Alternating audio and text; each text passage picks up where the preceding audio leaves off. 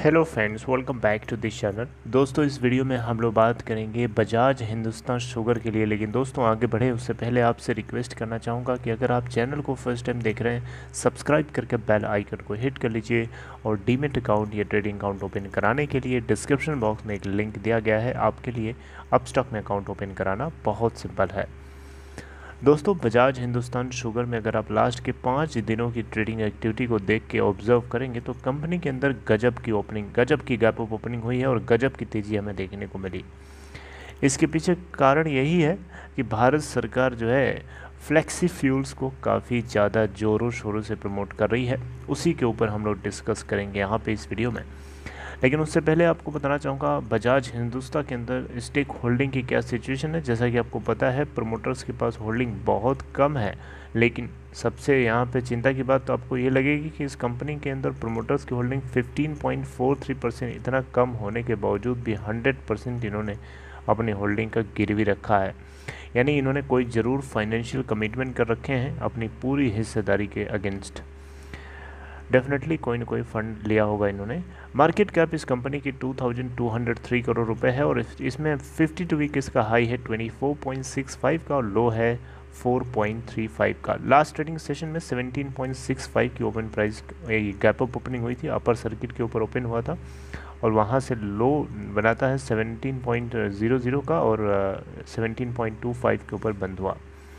66,26,027 total NSE पे volume generate हुआ, जबकि BSE के ऊपर देखें तो 21,26,573। दोस्तों, एक अपडेट है। ये update basically Bajaj Hindustan sugar से डायरेक्टली लिंक नहीं है, लेकिन शुगर इंडस्ट्री, अल्कोहल इंडस्ट्री से डायरेक्टली लिंक्ड है। और आपको पता है कि बजाज हिंदुस्तान शुगर के क्या प्रोडक्ट्स बनते हैं। एथेनॉल का कंजम्पशन हमारे देश के अंदर राइज होने जा रहा है। भारत सरकार इसको फ्यूल ब्लेंडिंग के रेट को बढ़ाने की कोशिश करने वाली है। फूड सेक्रेटरी सुधांशु पांडे, जो कि एक यहाँ पे आप देख सकते हैं, एक इवेंट ऑर्गेनाइज किया गया था इंडियन शुगर मिल्स एसोसिएशन की तरफ से, इस्मा की तरफ से, right, Indian sugar mills association, जिसको हम शॉर्ट में इस्मा बोल सकते हैं, ISMA। तो इस्मा की तरफ से एक इवेंट ऑर्गेनाइज किया गया था। उसमें यहाँ पे एड्रेस करते हुए फूड सेक्रेटरी सुधांशु पांडे की तरफ से बहुत सारी चीज़ें डिस्क्लोज करी गई। उन्हीं में से कुछ पॉइंट्स मैं आपसे डिस्कस करूँगा यहाँ पे। जैसे देखिए, इन्होंने कहा कि एथेनॉल का कंजम्पशन जो हमारे देश के अंदर है वो बहुत तेज़ी से बढ़ने वाला है। इसके लिए भारत सरकार जो है टारगेट कर रही है कि जो मोटर फ्यूल ब्लेंडिंग रेट है उसको बढ़ा दिया जाए। E20 का क्या मतलब है? E20 इसका मतलब जानते हैं? इसका मतलब ये है दोस्तों कि ये ब्लेंडिंग रेट है, बेसिकली ब्लेंडिंग रेशियो है। 20 पार्ट जो होगा एथेनॉल होगा और 80 पार्ट जो होगा पेट्रोल होगा। पेट्रोल को हम कहीं गैसोलीन भी बोलते हैं, तो आपको कंफ्यूज नहीं होना है। 20 पार्ट एथेनॉल होगा एंड 80 पार्ट जो होगा इसके अंदर पेट्रोल होगा या गैसोलीन होगा, राइट। ये बाई 2024 का टारगेट है। मोटर फ्यूल ब्लेंडिंग जो है 20% के रेट से जो है कराई जाएगी और ये मैंडेटरी हो सकती है 2025 के आगे से, राइट।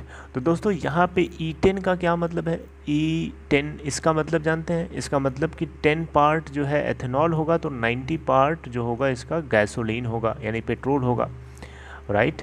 अभी ये इतना हम लोगों को सरकार ने अलाउ कर दिया है, लेकिन 2025 से लेकर के 2025 तक 20% एथेनॉल ब्लेंडेड पेट्रोल मार्केट में खुला बिकेगा। और उसके लिए हमारी गाड़ियों के इंजन्स भी फ्लेक्सी फ्यूल बेस्ड बनाए जा चुके होंगे।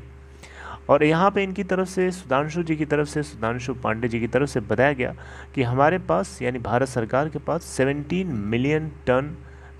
Million tons of food grains surplus में पड़ा हुआ है, जिसको भारत सरकार यूटिलाइज कर सकती है अल्कोहल को बनवाने के लिए।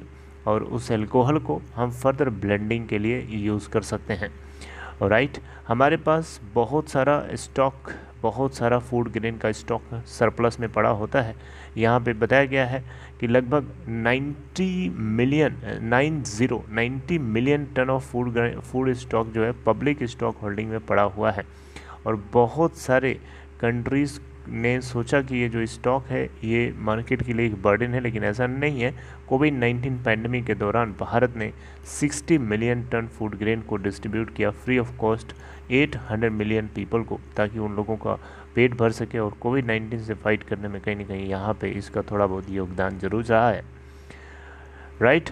तो दोस्तों अगर हम देखें तो यहाँ पे जो है भारत सरकार फूड ग्रेन से जो शुगर केन और फूड ग्रेन से जो अल्कोहल बनता है उसके ऊपर काफ़ी ज़्यादा जोर दे रही है, क्योंकि शुगर केन से भी अल्कोहल बनता है, फूड ग्रेन से भी अल्कोहल बनता है।